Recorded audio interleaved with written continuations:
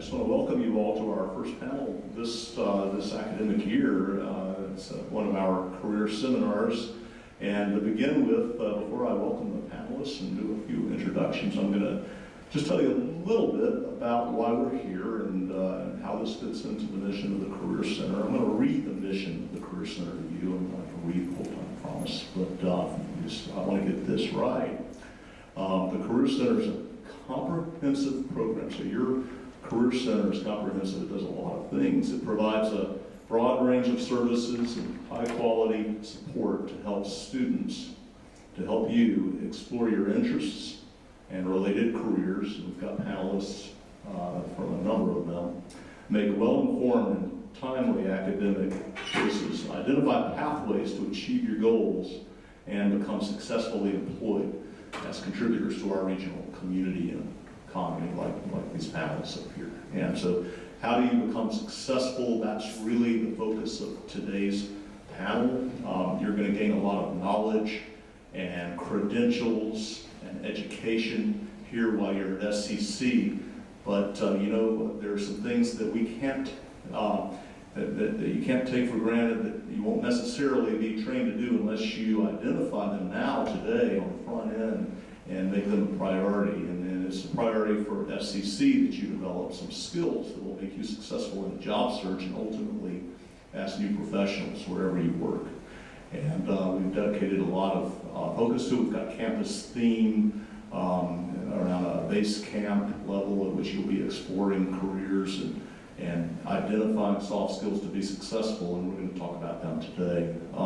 Just a couple of things on the front end I want you to be aware of. This is one of many seminars, educational and career development seminars throughout the year. In the spring semester, you can look for more resume writing, workshops, interview preparation and success. We'll have a professional etiquette reception, and that's going to be on February 22nd. Look for my emails on how to sign up for that. It's a great way to prepare for career fairs and networking with employers. And then, of course, our big hiring fair will be on March 2nd. That's Thursday, March 2nd, in this room from 10 to 1 o'clock. So put that on your radar screen, please. As well as everything else that the Career Center offers. We have a job board where local employers, some of these will probably be listing jobs for you specifically. We have our career coach, exploration and self-assessment program online. I've written about that to you, I think. I can help you with resume writing, LinkedIn profiles, you name it. And you'll probably hear about some of those things today. I'm going to introduce the panel, which is going to be moderated by Dean Mitch Fisher of our Health Sciences Division, and he's going to tell you a little bit more about himself in this division as he moderates this panel. But I'm going to introduce our panelists here. We're really lucky to have them. There are 3 are alums, and 1 is a citizen of our institution for sure. She's a mountain person and went to a neighboring school here, and is an employer of you. And that's Sandra Pittman, and she is working towards her 37th year as a registered nurse. And so that's a lot of context and a lot of wealth of information. She holds an associate degree in applied science from Western Piedmont in Morganton, and it's a BS degree in nursing from right down the road in Western Carolina. She graduated magna cum laude. Her experience includes 16 years of acute care as a staff nurse in the operating room, the emergency room, med-surg, health supervisor, and as a nurse manager in the women's newborn nursery and short-stay surgeries. During this time, she held certifications in childbirth and inpatient obstetrics and the advanced fetal monitoring. And in 1997, she began her career with the North Carolina Department of Public Safety in the Division of Prisons. During her career with this department, she worked as a staff nurse, a lead nurse, a nurse supervisor.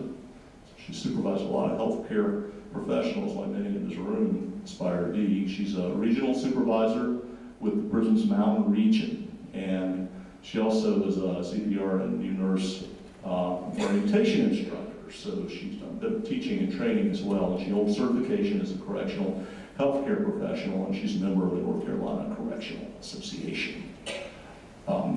Elianne Ramos is from Brazil, and she lives in Silva. She's currently working as a part-time instructor for the Physical Therapist Assistant Program here at SCC.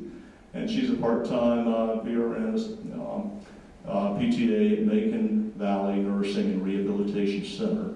She has a bachelor's degree in physical education, a master's in biomechanics of the human body, and a minor in teaching. She's published research in ergonomics and in Parkinson's disease and biomechanics. Stacy Rivers initially began going to SEC for a business administration and entrepreneurship degree, and has been interested in massage therapy as a career really for a long time. And when she became aware that SCC offered that program, she signed up immediately. You need to learn more about that. She put the business studies on hold, but has been taking classes now to eventually complete that program as well.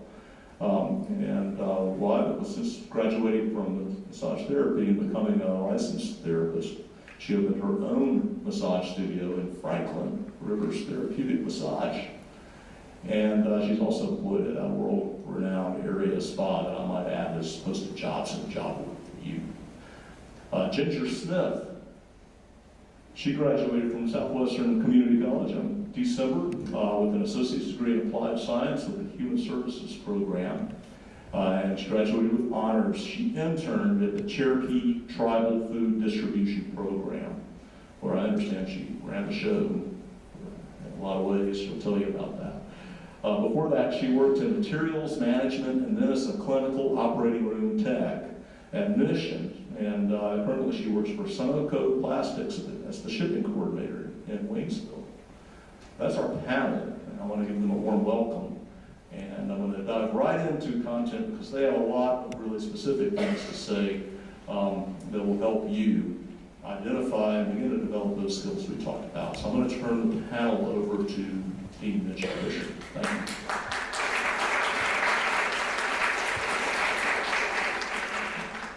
Welcome, ladies and gentlemen. You've made a wise choice to be here today. Let me just briefly tell you why I think that's so. You can be the top graduate SCC has ever seen in your program. You can be the best of the best. With the highest grades, everybody loves you. But if you don't know how to interview and to seek the right position, you may not get the position that you covet so much. The individuals on this panel are going to tell you about the quote-unquote soft skills and how to get that job and how to combine those skills with the superior education you're getting here. So let's begin. I'm going to ask the panel to begin by giving us a snapshot, basically, of your education, previous jobs, current job, and your employer. Ginger, if you would begin, please.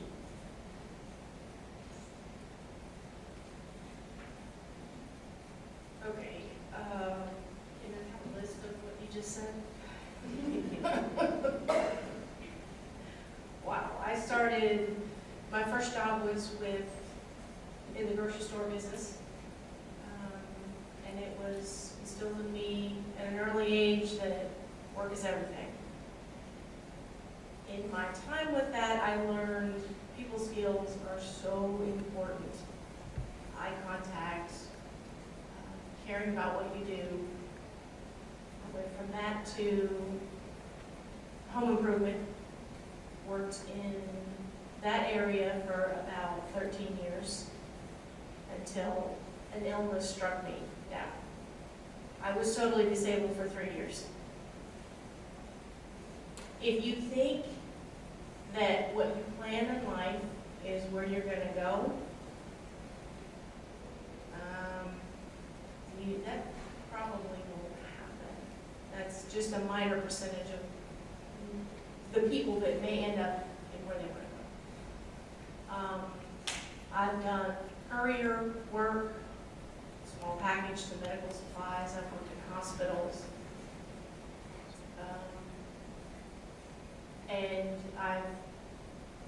I came to Southwestern to change the career again, get my education, And that was not, I went on one path thinking I wanted a career as physical therapy assistant, and it didn't happen. I had a different career. Graduated, it took me 5 years to get a 2-year degree, and I now work at Sunoco Plastics in Waynesville doing thermoforming. I'm actually the shipping coordinator for a lot of places, overseas, local, you name it. We ship in any of the containers that you have your frozen foods in, your pet food products, we pretty much make. So, that's fine.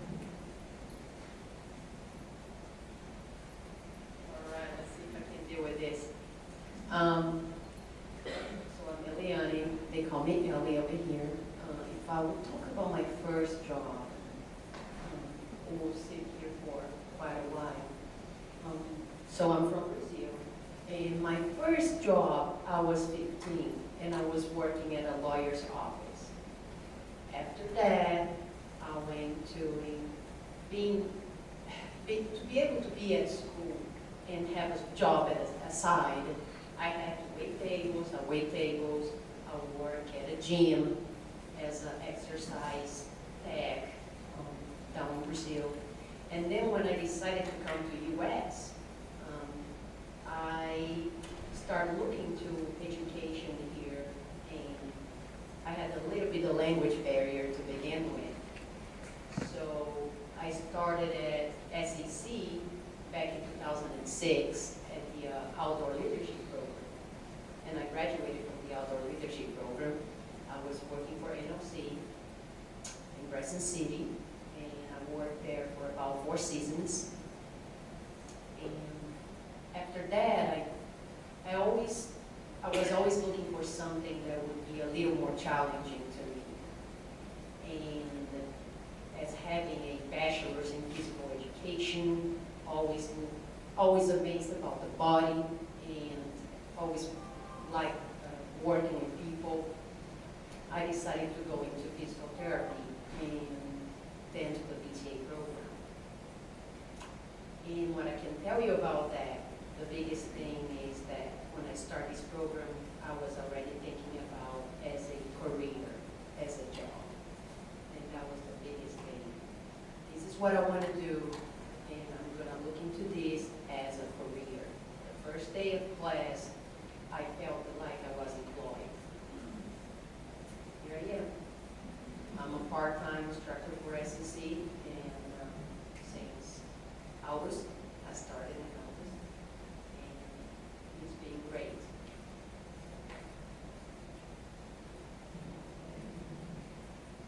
I guess I began working in the hospitality industry, waiting tables all the way up, cooking, bartending, managing.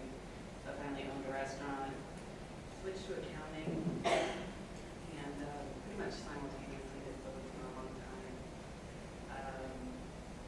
That's my 40s, and then I began going back to school in the business administration entrepreneurship program here. And I have been looking at massage therapy programs prior to starting, and I had no idea that they had the program here, but as soon as I found out, I made the change. And best thing that ever happened in my life. Just so pleased that I went through it, and it's just been a whirlwind since I graduated. I had a job waiting on me as soon as I got my license, and also opened my own studio. And my first spa job was seasonal, so it ended within a few months. So I went to another one. So basically, I'm keeping the part-time job while I build clientele in my own business. And it's been a year thus far doing that. I started giving the spa 5 days. I've got that down to 3, giving my place more time. But it's just a work in progress. And that's where I am now. Well, I guess he wasn't kidding when he said I was going to announce. It's because it don't take very long for me to start talking and everybody figures that out. But I started in nursing straight out of high school and went to an associate degree program, got my ADN, went to work at the hospital, a small town local hospital.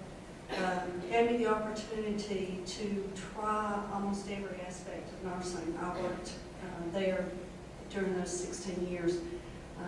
Don't like CCU nursing very much, but the rest of it, especially, I guess my favorite job there was doing labor and delivery. I loved having those babies.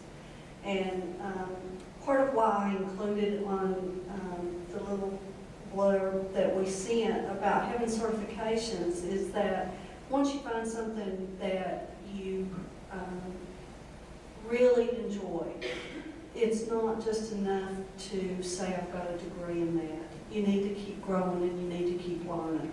And so that's why I have those extra certifications. I work now for the prison system, and I guess the biggest challenge with that is working with offenders. And the biggest question I get is, are you afraid? And I'm not afraid. We have very good officers who are there with us when we see our patients. And I took an oath to take care of my patients, and that's the way I see them. I don't want another crime version. I don't look at their crime version. I take care of them as people. As a regional nurse supervisor, I do a lot of interviewing. I do a lot of auditing, nursing care. I help write a lot of standard operating procedures, you know, your policies and procedures. I go in, I fill in as a staff nurse when I need to, and being a nurse is all I ever wanted to do. Thank you, panelists. Now, if I may, let me ask you to think back to when you were in school and think about the one or two most effective skills you learned while in school that helped you obtain your first professional job.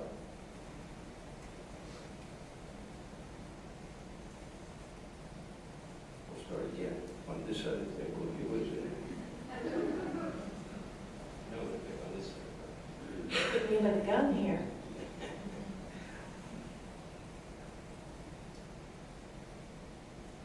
Well, I would, people skills, your skills in dealing with other students, with your teachers, are huge. Your writing skills you will always use, your computer skills you will always use. Those are big ones. When you have to communicate with your fellow workers, it's what you, the content you put in your emails, in your texts, your phone conversations, how you deal with people on the phone, the customers you have. People skills are huge. And there may not be a lot of classes in that, but when you have them, they're going to stick with you throughout your whole career.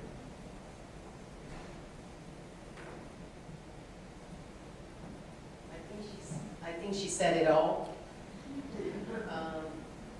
Teamwork. I think it goes very well with the people skills. Teamwork is a big part of it, because when you're out there, then when we have our clinical rotations as a PTA students, and you have to get along with people, because you need at school, you need your classmates to get through a lot and to learn a lot, because we learn from each other, we learn in class from each other. That's a big one. And the other one, again, I have to talk about it, is how the instructors, my instructors here at SEC, how they help us to critically think about everything we do, and how we have to pass that phase, that thing of, okay, I need to figure this out. I need to think about something else here. I need to really work to get this done, because sometimes when you are out there,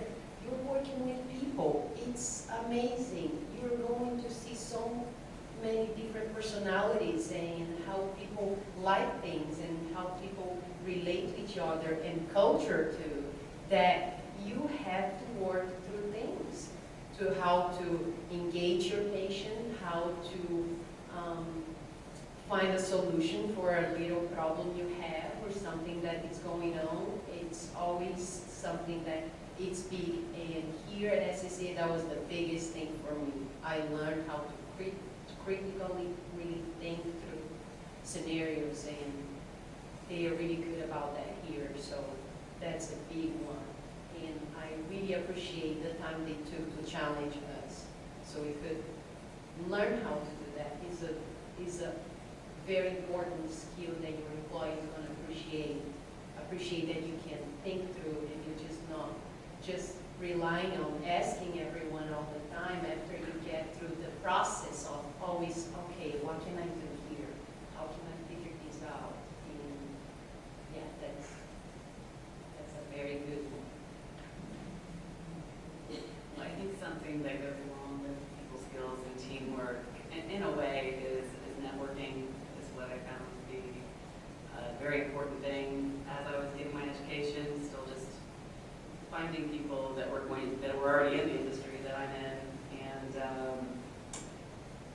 staying in touch and learning more from them on a personal level. But I mean, being in the kind of small community that we are in, it's important.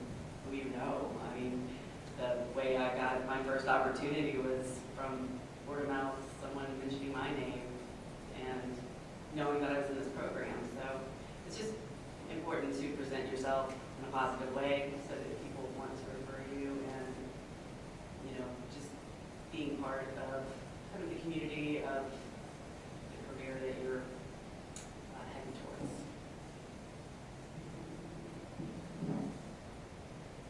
I think one of the question, or part of the question was, what did we learn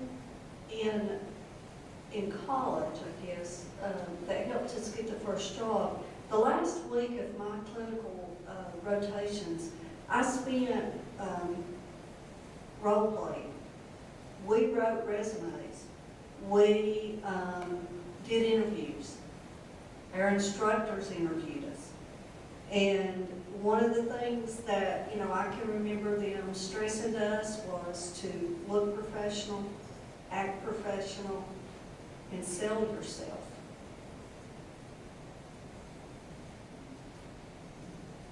Thank you very much, panelists. Take those pieces of information to heart, folks. You can go through school and be an island unto yourself and probably get through school. But life is so much easier and so much more profitable in terms of accessibility and enjoyability if you understand that you need to work with one another, you need to team up with one another, and you need to keep those professional relationships going. Yes, I understand that there are some individuals who are more shy than others, and don't laugh when I say this, but I am by nature a shy individual. You kind of have to overcome that a little bit, because the only way you're going to get that first job and successive jobs is to sell yourself, and sell yourself without something arrogant about it. Okay, panel, could you tell us how you prepared for that first interview after graduation?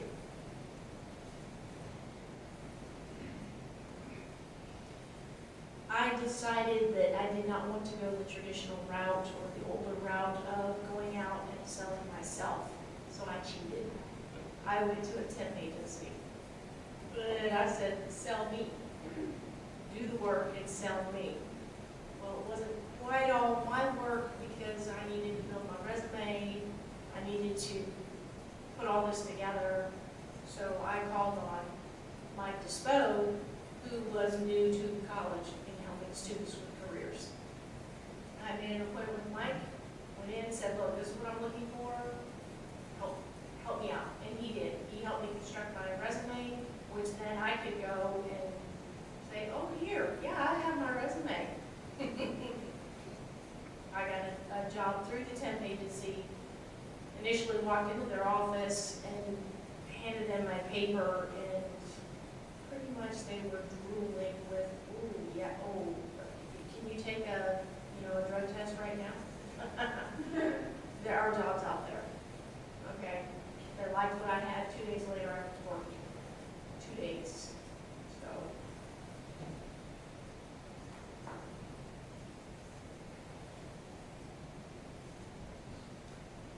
I do have other classmates. I graduated in May from this program, from the PTA program, and I do have classmates that have reached for mine to look into, okay, or having questions about how do you negotiate a rate. You're just out of school and there's websites out there that you can look and see what someone in your position is making, and he will give you a lot of good information on how to go through the process. Actually, the part-time instructor job I was offered, so I was really happy that I kind of didn't have to do much research. So that was great. So the way I prepared, I was joking this morning with them. I said, well, if I don't sound good, at least I look good. So one thing, dress for success. So feel comfortable and feel confident about how you're dressing. That's very important, if anything. At least when you're getting dressed, maybe you were not as nervous yet, so you can work on that a little. So interview process, I always made sure that I had a resume. It was 1 to 2 pages, and then I have a bigger one that actually had job descriptions in case my employee possible would ask me details about the jobs that I've been through, because sometimes, you are a little bit nervous about being interviewed and we forgot things, so I had both with me.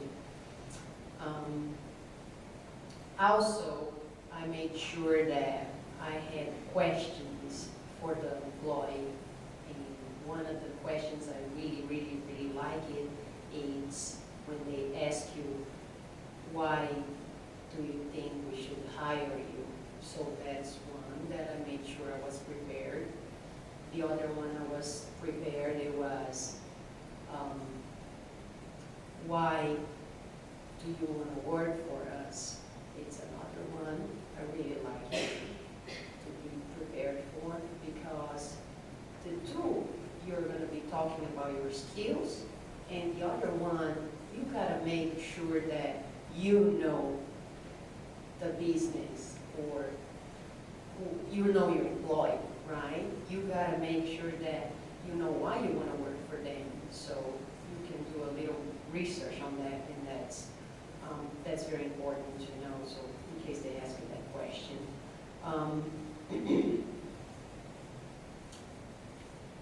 Another thing is make sure you have something to make notes. That's the other thing that's how I prepare for my interview. I made sure that I had something to make notes if I need to. I had questions. I made sure I dressed appropriately, and that's how it was for SAC. And then the other job, I pretty much prepared the same way, but the other job is a PRN, and I go as needed. That's what we call. I was looking for jobs online too. I was making sure I had LinkedIn, and then Monster, and then Indeed. I was always looking for that daily, and I had signed up to receive in my emails too, to receive the openings if there's anything available. And the PRN job, which is at Macon Valley Skilled Nursing Home, I knew that they were hiring, and that was one of my places that I had my clinical experience.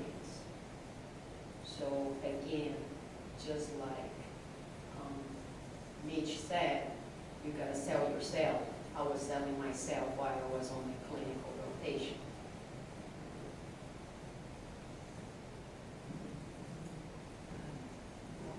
As mentioned, they contacted me, but I still definitely had to go through the interview process. And I was completely new to the spa industry. I didn't even want to be part of the spa industry. It's just the way things happen. But a professional dress, being on time, simple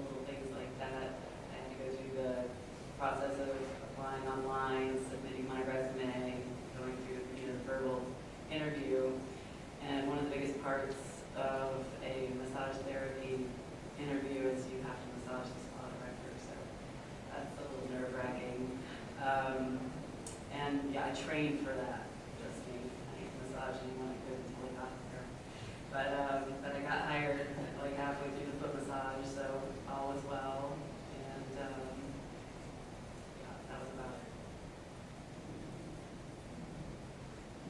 I think I already covered that, but the one thing that I'll say is, you gotta remember, this was 30-some years ago for my first job. And they didn't have all this career preparation stuff, other than, like I say, my instructors took it upon themselves, you know, to have us role play and stuff. But my first real job, I didn't even interview for. I worked on Sugar Mountain, which my brother was the resort manager, so he kind of just gave me the job. But being mentally prepared, do your research as to what's going to happen during the interview. For the prison system, we actually have a panel, and you go before a panel like this and you're asked questions, and that can be very intimidating. And so know what you're getting into, whether this will be a one-on-one type interview or whether there'll be a panel that will interview you. Thank you, panelists. So what we're hearing is that the so-called soft skills are very, very important to you getting your first and successive jobs. With that in mind, if they're so important and they're not necessarily directly taught to students, panelists, how would you say students can practice the soft skills while they're in school? This one's a little bit easier. Call on your friends. If you're shy and you don't have any friends, sit at home with a mirror. Practice, talk to yourself. Write notes, read your notes out loud. Practice saying your questions. Make eye contact. Go to a grocery store. Make eye contact with somebody. Hi, hey, no, let me help you with this. You know, little things. Every little thing you do can help. Talk to your teachers. What can I do? What do you see in me that I need to improve? Use your teachers, use your fellow students, use your friends, use yourself.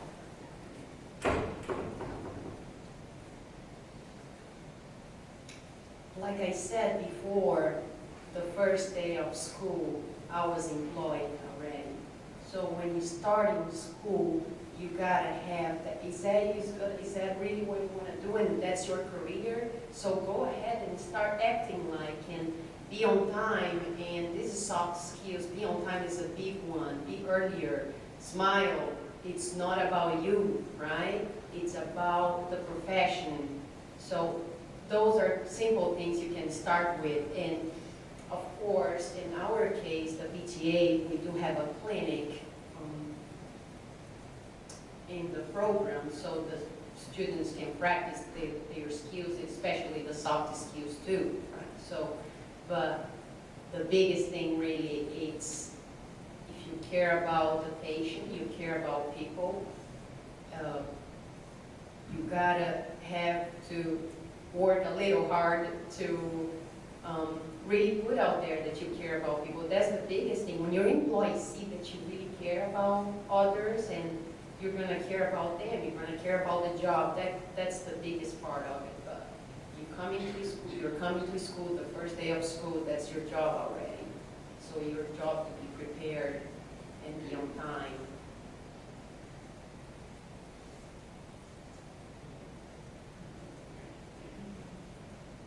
When we look at health sciences, we think about people, right? And so our people skills, I think, is going to be the number one thing, is our communication, whether it be verbal or nonverbal, making eye contact, putting your phone away. Don't go into an interview with your phone. No, again, for the prison system, you're not going to be able to bring in things to take notes on. You're going to be able to bring your driver's license in, and pretty much that's it. So know that type of things too. Be able to tell what you've learned. Be able to show folks that you are willing to learn, that you're eager to learn, that someone else mentioned not being cocky, so to speak, in your interview in selling yourself, but there's a certain amount of what we're looking for is that we want to know what you've learned. We want you to be able to say, but I'm also willing to learn more. I'm eager to learn more.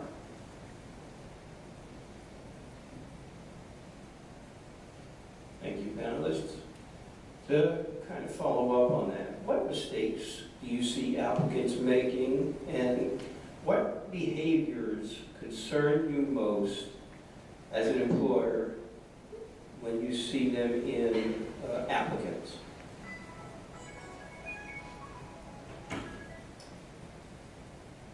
Technology is huge for us, but it also can be a bit negative when you can sit with your phone in your hand and not let it go.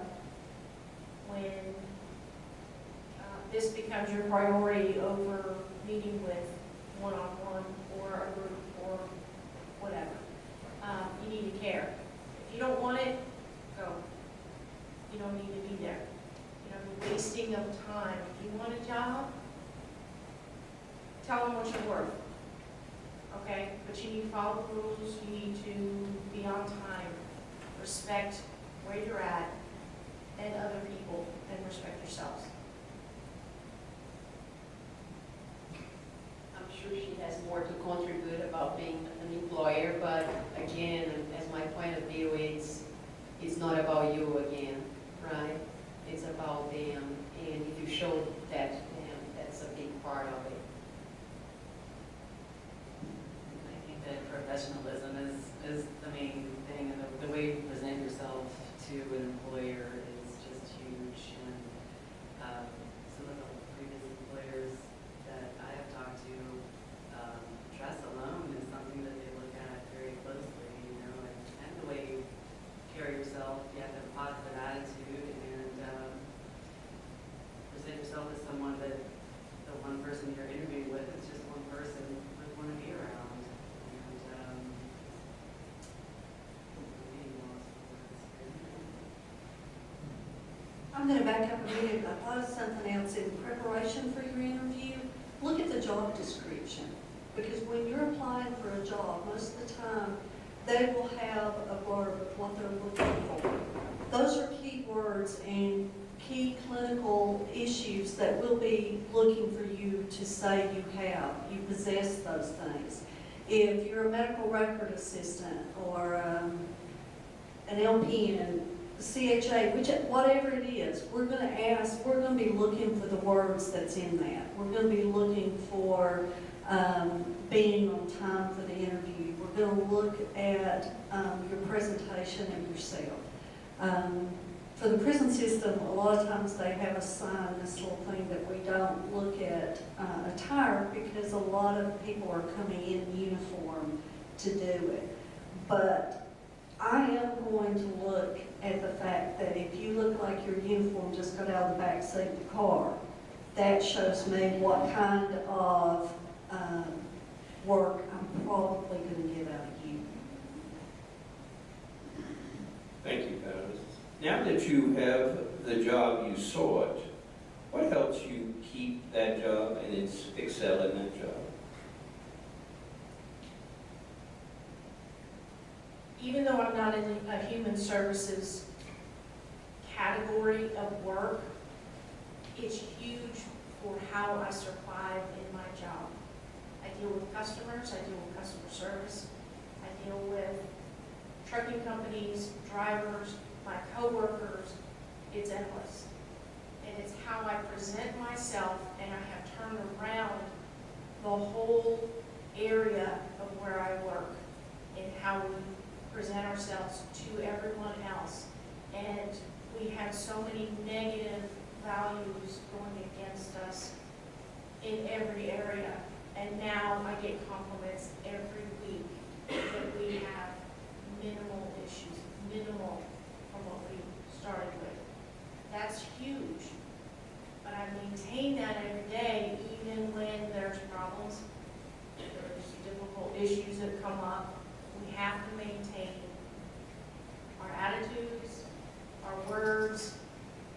handle each other. And even though I'm not, what my degree is in counseling, I have an extra chair in my office. And I guarantee you, at least once a week, I have somebody coming back and sitting in that chair who needs to open up their heart or talk about problems, how do I handle this, recommend, to the point of even recommending the Employee Assistance Network for counseling through work. So even though you may not be in your given career, you can always use it wherever you go.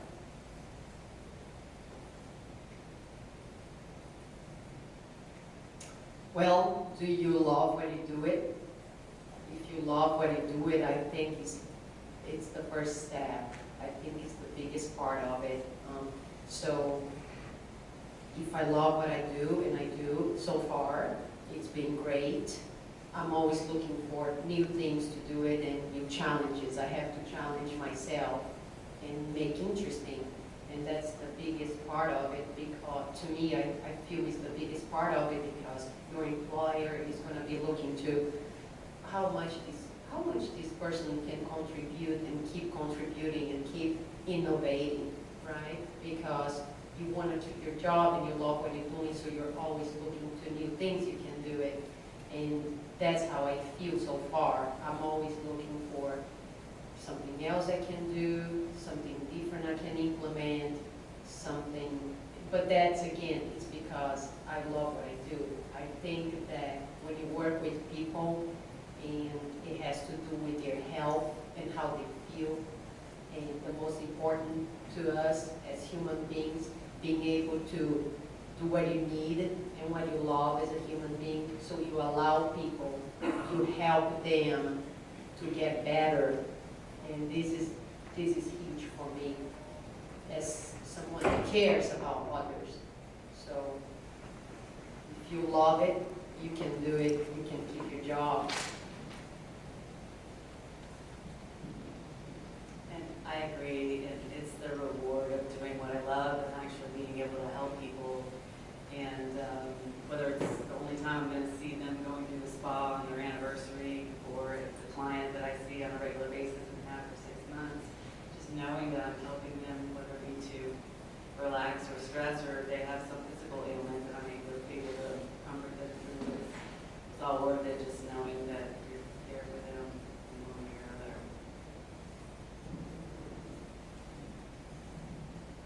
Healthcare providers tend to burn out. And so my biggest way is to make sure I keep my priorities straight. You gotta have a life outside of your career. I love what I do, and it was really easy. My kids will tell you when they were little that they didn't really know when mom was coming home. And I really did have my priorities messed up. Make sure you know what your priorities are. And when you're at your job, you give 150%. And then when you go home, you love that family like nothing else. Sound advice. Thank you, panelists. I have to say that in my time here at SUC, I have been, shall we say, shocked and surprised by the process that several students take in seeking their program of study, which will ultimately lead to their life's work. So panel, I'm going to ask you to talk about, for aspiring majors, are there any misconceptions in your field that lead people to choosing it, which ultimately leads to them having false expectations of what to expect in the work world?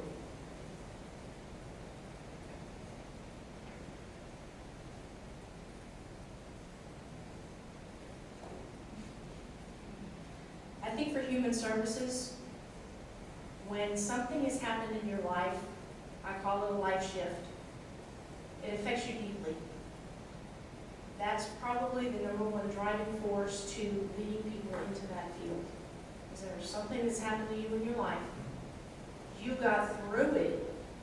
You want to help somebody else who may be in that situation or may be headed for that situation.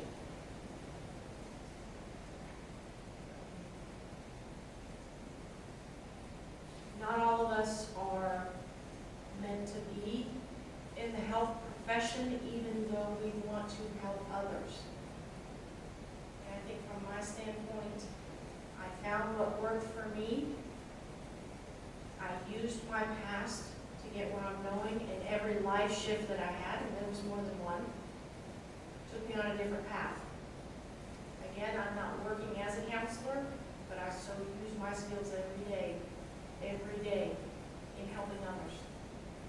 And I think that's, even if you want a certain career and you don't end up there, still use all of your education, all of your talents to go where you want to. And self-care.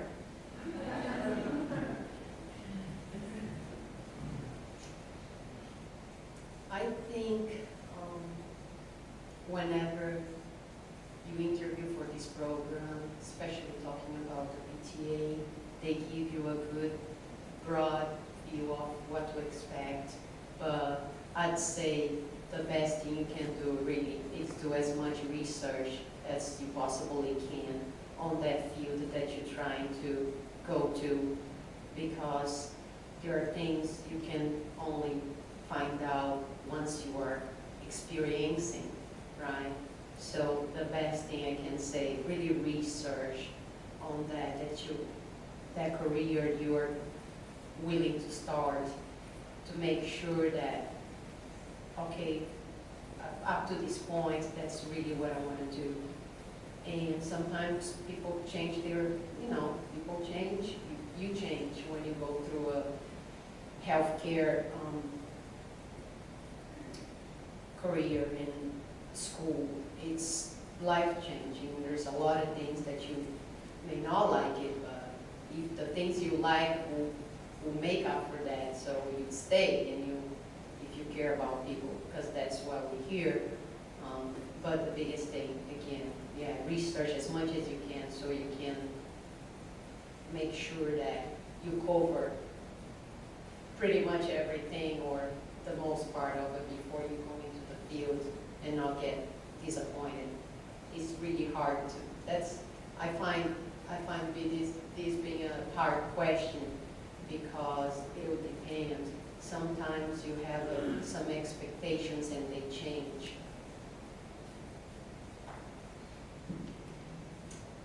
Misconception that I experienced was not realizing that it was really hard work. Completely different. Entering the world and doing it full time, it takes a toll on your body. And self-care, as we're all saying, is so hugely important. And knowing your limitations and staying healthy so that you can do as much as you can do without overdoing it and do trial and error right now. Know what I can do and what I'm willing to do, but still trying to be there for people as much as I can. But it's important not to burn out and physically break yourself down because you have far quicker than I ever thought.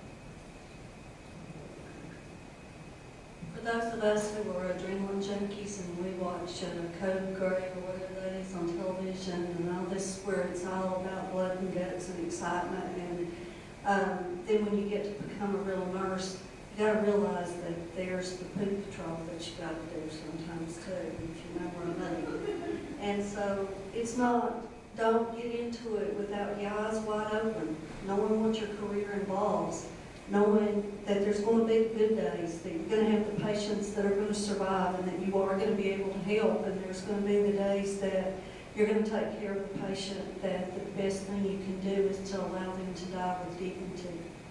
And there's going to be hurt. You become family to a lot of the people that you take care of, and you've got to be able, like all of us have been saying, there's got to be some taking care of self in this too, because you'll take it home with you, and you think, I'm just in it for the big bucks. But once you get involved with your patients, you'll realize that the big bucks don't make that much difference.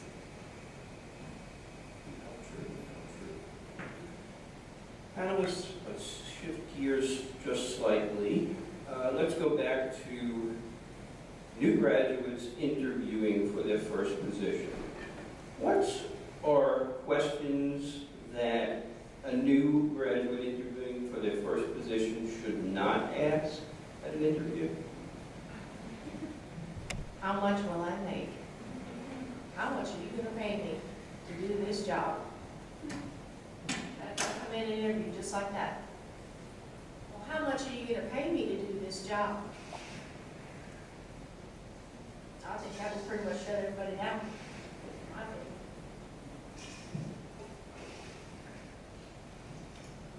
opinion. I may not have much experience on that, but I'd say that you want to be interested in the job and actually what you're going to be doing, right? Not just, okay, am I going to be working overtime? And it's not about you again, so be interested and have questions for them that are related to what you're going to be doing because you want to work, right?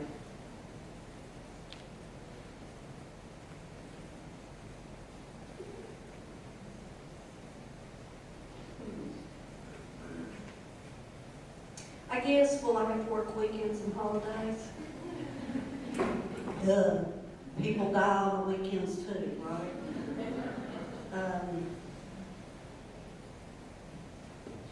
It's not, nothing's wrong with that, but it's when you come in with the attitude that I can't do this, this, this, and this, but you read that it's a full-time job and weekends and holidays are required, and then you come in automatically saying, well, I don't want full-time, I just wanted 20 hours a week.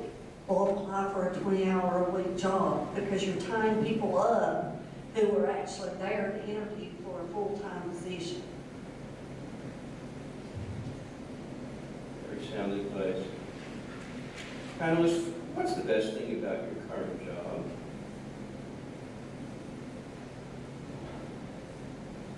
Right now, I've got it narrowed down with Monday through Friday, 7 to 3. When I first started, it was, you might get a day off this week, and it was minimum 10 to 12 hours a day, because it was so chaotic. I had to switch gears, I had to gear up real quick for that position and get used to it. So it's taken quite a few months to settle it all down, but I'm happy that I have weekends off and that I have evenings off. I've done the gamut before where it's weekends, it's retail, it's you name it, and I've also done on the other end, the hospital end, where no one would ever get paid enough money for doing Code Brown, let me tell you. And if you don't get enough money, you don't, that's not what you're there for. You do what you have to do, you sacrifice, you work the holidays, you work the weekends when you need to, but self-care is huge.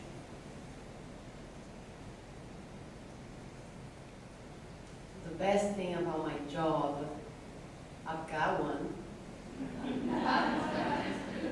Oh, I've got two. I work 6 days a week right now. I have Sundays off. And I'm really grateful for all I'm learning every day because it's something very new to me still. But the fact that physical dysfunction takes away the ability of people to enjoy life and do the things that they need to do. That's the best thing for me about my job, that I can help is somehow to improve people's functions so they can enjoy life and they can do the things, get done the things that they need to do. But yeah, I've got a job. The best thing about my current job is I work as much as I want, and then in my own business, I also make my own schedule, but the whole underlying reason for doing it all is still there, helping people and making them feel better. But, I'm just, I don't know, I'm glad to be in this industry and work with some great people.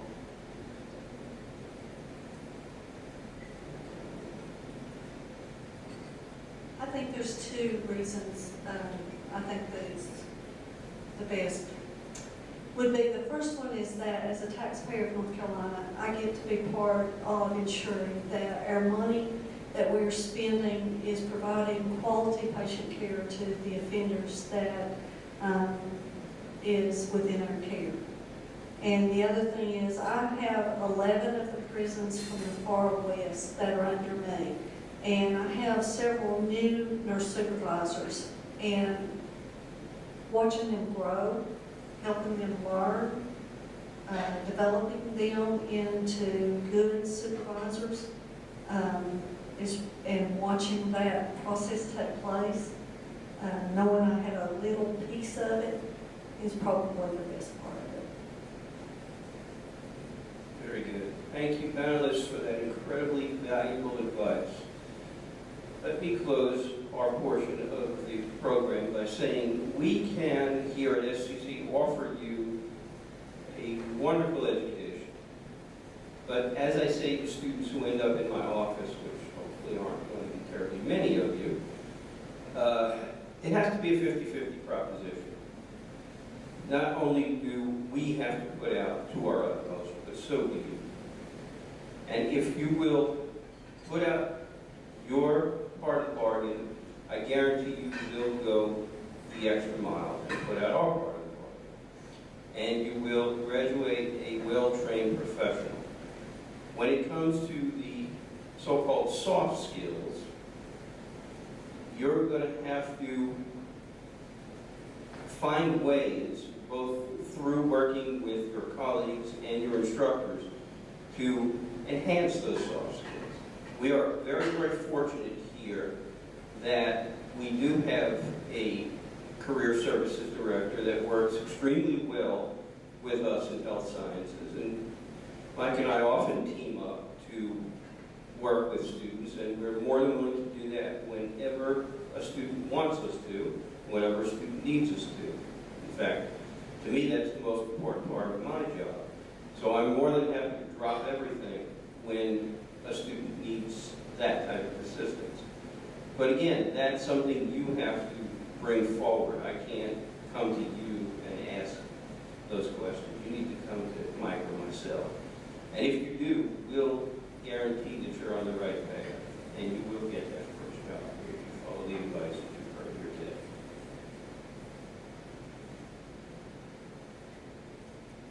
I want to thank our panel